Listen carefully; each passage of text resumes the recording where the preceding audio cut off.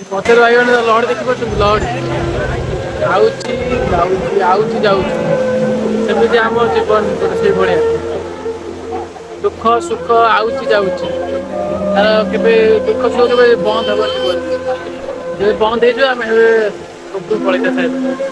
ସେଇଟା ଯେମିତି ଲହଡ଼ି ଯିବା ଆସିବା କରୁଛି ତାର ଯେମିତି ସୀମା ନାହିଁ ସେମିତି ଆମ ଜୀବନ ଲହଡ଼ି ଦୁଃଖ ସୁଖ ଯାହାର କି ସୀମା ନାହିଁ ଯିଏ କି ଆସିବ ଦୁଃଖ ଆସିବ ସୁଖ ଆସିବ ଏଇ ଲହଡ଼ି ପରି ଆଉଥିବ ପୁଣି ଚାଲି ଯାଉଥିବ ଆଉଥିବ ପୁଣି ଚାଲି ଯାଉଥିବ ସେଇ ଦୁଃଖ ସୁଖ ଭିତରେ ଆମକୁ ବଞ୍ଚିବାକୁ ପଡ଼ିବ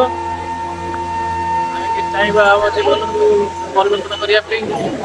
କିଛି ଭଲ କାମ କରିବା ପାଇଁ ସମାଜ ପାଇଁ ଆମେ କିଛି ଏବେ ଯେତିକି ମୋ ଦ୍ୱାରା ହେଇପାରୁଛି ମୁଁ ସେତିକି କରୁଛି ଆପଣମାନେ ବି ସମାଜ ପାଇଁ କିଛି କରନ୍ତୁ ଆଉ ଗୋଟେ ଜିନିଷ ଦେଖିପାରୁଥିବେ କେତେ ଅଳିଆ ପଡ଼ିଛି ସମୁଦ୍ରରେ ଜରି ପରି ଡଷ୍ଟବିନ୍ର ବ୍ୟବସ୍ଥା ଅଛି ତଥାପି ଲୋକ ସଚେତନ ନାହାନ୍ତି ଡଷ୍ଟବିନ୍ ୟୁଜ୍ କରୁନାହାନ୍ତି ତାଙ୍କର ଖାଇଲେ ସେଠି ଜରି ଫୋପାଡ଼ି ଦେଲେ ଏମିତି କଲେ ଆମ ପରିବେଶ ଦୂଷିତ ହେଉଛି ତା ସାଙ୍ଗେ ସାଙ୍ଗେ ଆମ ଆଗ ଭବିଷ୍ୟତ ଯେଉଁମାନେ ଆସିବେ ସେମାନଙ୍କ ଭବିଷ୍ୟତ ଖରାପ ହେବ ନିଶ୍ୱାସ ନେଇପାରିବେନି ଏତେ ପରିସ୍ଥିତି ଖରାପ ହେଇଯିବ